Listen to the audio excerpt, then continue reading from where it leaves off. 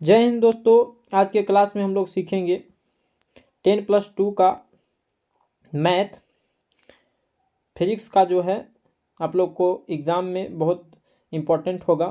तो हम लोग सबसे पहला क्वेश्चन को शुरुआत करते हैं और आपको स्क्रीन पर दिख रहा होगा कि 4 मीटर त्रिज्या वाले वृत्त पथ पर कोई साइकिल 20 चक्कर लगा रहा है। ठीक है, तो इसमें आपसे पूछेगा इसकी दूरी क्या है, मतलब इसकी डिस्टेंस क्या है, दूरी क्या है।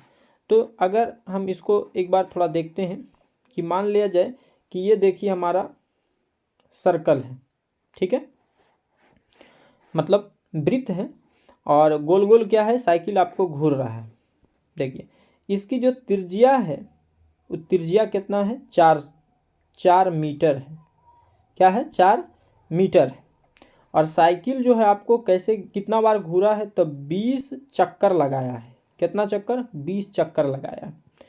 तो अगर यहाँ से हम लोग देखेंगे तो हम लोग को यहाँ पे आर बराबर आपको दिखेगा कि आर बराबर आपको कितना हो गया, 4 मीटर हो गया, 4 मीटर हो गया। और जितनी बार घूरेगा मतलब चक्रों की संख्या को हम लोग एन कहते हैं। तो कई बार घूरा है साइकिल भाई, 20 बार घूरा है। कितना बार घूरा, 20 बार। फिर से बात समझते हैं, ये वृत्त मतलब चारों तरफ से एक साइकिल घूर रही है 4 सेंटीमीटर त्रिज्या वाले से। तो आर बराबर हमारा 4 मीटर हो गया और एन बराबर हो गया 20 चक्कर, मतलब कि बोला कि 20 बार घूरा है साइकिल। यहाँ से हमारा डी बराबर एक फार्मूला बनता है जिसको बोलते हैं 2πr/n।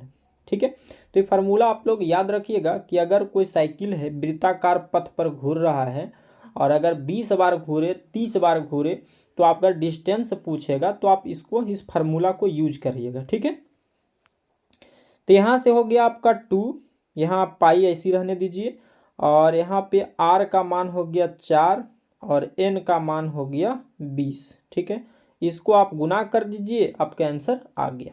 जैसे देखिए 4 दूना 8, 8 दूना 16, मतलब 160 पाई आपका क्या हो जाएगा, राइट आंसर हो जाएगा। मतलब इसकी डिस्टेंस क्या है, तो 160 पाई है। पाई का वैल्यू रख के भी इसको निकाल सकते हैं। ठीक है, तो आशा करते हैं कि आप लोग ये क्वेश्चन सीख चुके होंगे। अगर ऐसा क्वेश्चन आपको एग्जाम में आए तो आप इसको बेहतरीन से हल करिएगा। ठीक है, अब हम लोग दूसरे क्वेश्चन पर चलते हैं। अगला क्वेश्चन है कि एक वस्तु के संवेग में, जरा नोट कीजिएगा, ठीक है, कि एक वस्तु के संवेग में 60% की वृद्धि किया गया है। ठीक है, तो गतिज ऊर्जा में वृद्धि क्या होगा। बहुत इंपॉर्टेंट क्वेश्चन है, जरा ध्यान से इसको समझेंगे हम लोग। क्या बोला कि संवेग में अगर मान लिया जाए 60% के वृद्धि, 30% की वृद्धि किया जाए और आपसे पूछेगा कि गतिज ऊर्जा में वृद्धि कितना होगा, तो आप लोग देखिए करिएगा क्या, समझिए। 60% के वृद्धि बोला, 60 लिख देंगे, फिर यहाँ पर प्लस करके 60 लिखेंगे, फिर प्लस करेंगे और यहाँ से करेंगे 60 गुने 60 बटे कितना कर देंगे, 100। ठीक है, ये फार्मूला है। ऐसे भी लिख सकते हैं a+b+a गुने बी बटे क्या, 100। इसको नोट कर लीजिएगा कि गतिज ऊर्जा में वृद्धि बराबर क्या होता है, a+b+a गुने बी बटे 100 होता है। अब कहिएगा कि ए बी कौन, तो ए यही है, बी यही है। ठीक है, 60 जितना प्रतिशत वृद्धि बोलेगा वही आपको हो गया, ए भी वही हो जाएगा, बी हो। अन्यथा हिंदी में भी लिख सकते हैं कि वृद्धि प्लस वृद्धि गुने वृद्धि बटे 100। ठीक है, आप ऐसे भी कर सकते हैं। अब इसको जरा आप क्या करिए, इसको काट दीजिए, 0 से 0 तो काटिएगा। ठीक है, 60 मिल के 120 हो जाएगा, होगा कि नहीं होगा। आज इसको गुना करिए, 6 छक्का 36, इसको में ऐड कर दीजिए, तो ऐड करिएगा तो लगता है कि 156 हो जाएगा। 156 ये प्रतिशत तो आप जानते हैं कि 100 होता है, 100 से ज़्यादा। तो 100% तो हमारा ओरिजिनल परसेंटेज है और यहाँ पर आया 56, 156, तो कितना वृद्धि किया भाई, तो 56% के वृद्धि कर दिया। किस में, गतिज ऊर्जा में।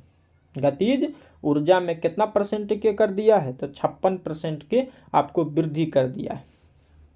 ठीक है, तो आप लोग समझ चुके होंगे, बहुत इजी है कि जितना परसेंट की वृद्धि देगा संवेग में उसको हम लोग जोड़ेंगे और उसके बाद दोनों को मतलब गुना करेंगे, 100 से क्या करेंगे, भाग करेंगे। ठीक है, जरा एक क्वेश्चन और इसी पर हम लोग देख लेते हैं, तब ज़्यादा आप लोग को समझ में आएगा। मान लिया जाए कि 60 के बजाय आपको देता कि 30% के वृद्धि, कितना परसेंट की, 30% के, तब हम लोग क्या करते हैं, जैसे मान लिया जाए कि 30% के वृद्धि हो गया।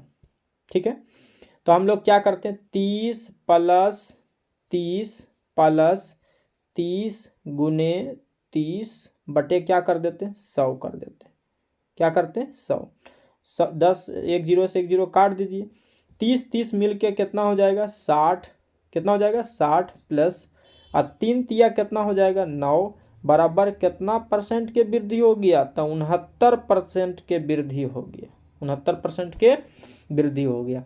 तो आप लोग बहुत ही इसको आप मन में भी निकाल सकते हैं, जैसे 60 है तो 60 कितना हो गया भाई, 120 और 6 36, तो हो गया 156%, मतलब 156 नहीं, मतलब 56% हो जाएगा। अगर मान लिया जाए आपको 120% हल करके 120% आ जाए तो कितना वृद्धि कहिएगा, 120 नहीं कहिएगा, यहाँ पर आपको बोलना है कि 20% के हमको वृद्धि हुआ। ठीक है, कितना परसेंट के हुआ, 20% की वृद्धि हो गया। तो आप समझ चुके होंगे, बहुत ईजी से आप इसको हल कर लीजिएगा। अब हम लोग अगले क्वेश्चन पर आते हैं, टाइप नंबर 3 पर आते हैं।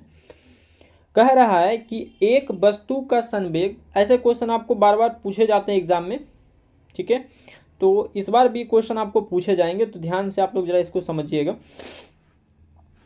ठीक है, तो अगर एक वस्तु का संवेग 60 kg प्रति मीटर प्रति सेकेंड है, ठीक है, 60 kg मीटर प्रति सेकेंड है, यदि उसका द्रव्यमान 15 kg है तो गतिज ऊर्जा ज्ञात करिए। ठीक है, क्या पूछा आपसे, गतिज ऊर्जा। तो देखिए संवेग को हम लोग v से सूचित करते हैं, तो v बराबर आपका हो गया 60 kg मीटर प्रति सेकेंड। ठीक है, और द्रव्यमान को हम लोग m से नोट करते हैं, तो m बराबर हमारा 15 kg के है भाई, 15 kg का कोई चीज़ है। ठीक है, और यहाँ से हम लोग गतिज ऊर्जा, ठीक है, गतिज ऊर्जा बराबर फार्मूला होता है, याद रखिएगा, 1/2mv² होता है। ठीक है, ये आपको ऑब्जेक्टिव में भी क्वेश्चन पूछ सकता है कि गतिज ऊर्जा के फार्मूला क्या होता है भाई, तो 1/2mv² होता है, 1/2mv² होता है। अब इसको आप हल कर लीजिए, बिल्कुल इजी से आप इसको अब हल कर लीजिएगा, क्योंकि फार्मूला अगर याद है तो बिल्कुल बनेगा। देखिए तो 1/2 तो ऐसे ही रखेंगे, और m का मान आपका 15 दिया हुआ है। ठीक है, गुने v² मतलब 2 बार, तो 60 गुने कितना हो जाएगा, 60 हो जाएगा। तो यहाँ से काटेंगे तो हो जाएगा 30 दूना 60, 30 दूना क्या हो जाएगा, 60 हो जाएगा। अब इसको जरा सु गुना कर लीजिए, तो 15 तिया 45, 15 तिया 45 हो जाएगा, एगो जीरो, अब गुने कितना कर दीजिए 60, तो 6 5 30 के जीरो, और 6 चौक 24 और 3 27 पर हो जाएगा आपको 2 गो जीरो, मतलब इसकी राइट जो आंसर आएगा आपको वो आ जाएगा 27,000, इसकी हो जाएगी गतिज ऊर्जा। ठीक है, तो इस टाइप से हम लोग इसको ज्ञात करेंगे। तो अगर आपको फार्मूला याद है कि गतिज ऊर्जा बराबर क्या होता है, तो 1/2mv², तो आपको m का मान दिया हुआ है, v का मान दिया हुआ, आप इसको कैलकुलेशन करके हल कर सकते हैं। अब अगला नेक्स्ट क्वेश्चन पर चलते हैं। देखिए यहाँ पर क्वेश्चन आपको क्या दिया है, यहाँ पे क्वेश्चन आपको दिया है कि एक लोलक की लंबाई को 9 गुना कर दिया जाए। कितना गुना कर दिया जाए, 9 गुना कर दिया जाए। तो आपसे पूछ रहा है कि इसकी आवर्त काल क्या होगा, आवर्त काल क्या होगा। याद रखिएगा बच्चों कि लोलक की लंबाई अगर 9 गुना कर दिया जाए तो आवर्त काल, n बराबर आपको नोट करना है 9, जितना गुना रहेगा उसको n लिखेंगे, जितना गुना रहेगा उसको n लिखेंगे। ठीक है, जैसे 9 गुना बोला तो n बराबर हम लोग 9, 20 गुना बोलता तो 20, मान लिया जब 36 गुना बोलता तो कितना हो जाता, n बराबर 36 हो जाता। लेकिन यहाँ पर आपसे पूछा क्या कि यहाँ आवर्त काल क्या होगा, तो आवर्त काल का फॉर्मूला होता है, आवर्त काल बराबर होता है अंडर रूट n। क्या होता है, अंडर रूट n होता है। तो यहाँ पर अब आप आसान से इसको हल कर लीजिएगा। देखिए n का मान हमको 9 है न, तो 9 के वर्गमूल कितना होता है, 3 होता है। मतलब इसकी आवर्त काल क्या हो जाएगी, 3 हो जाएगी। कितनी हो जाएगी, 3 हो जाएगी। ठीक है, तो याद रखिएगा कि आवर्त काल आपसे अगर पूछे तो आवर्त काल बराबर अंडर रूट n होता है। मान लीजिए कहता कि एक लोलक की लंबाई 36 गुना है, कितना गुना है, 36 गुना, तो आपसे पूछता कि आवर्त काल कितना होगा भाई, तो ऐसे ही आप बता दीजिएगा कि 36 के वर्गमूल कितना होता है, 6 होता है। इतना बनाने की कोई ज़रूरत नहीं है, जैसे 36 लिखिए और 36 के वर्गमूल कितना हो जाएगा, 6, तो यही हमारा आवर्त काल हो जाएगा।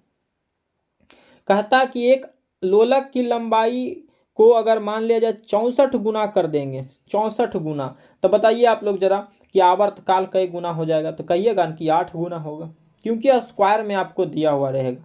जैसी आवर्त काल आपसे पूछेगा समझिएगा स्क्वायर में। अच्छा एक बात और समझते हैं, अगर क्वेश्चन आपको ऐसे नहीं दे, ऐसे दे दे तब क्या करिएगा, जरा ध्यान दीजिएगा। पूछ दे कि एक लोलक की लंबाई 8 गुना कर दिया जाए, क्या कर दे, 8 गुना। ठीक है, तो बताइए कि आवर्त काल कई गुना होगा, तो अब तो इसका वर्गमूल नहीं होता, होगा। देखिए इसको हम लोग पढ़े हैं कि आवर्त काल बराबर n होता है कि नहीं होता है, तो ये हमारा n है। अब इसको क्या करेंगे हम लोग, अंदर रूट में लिखेंगे।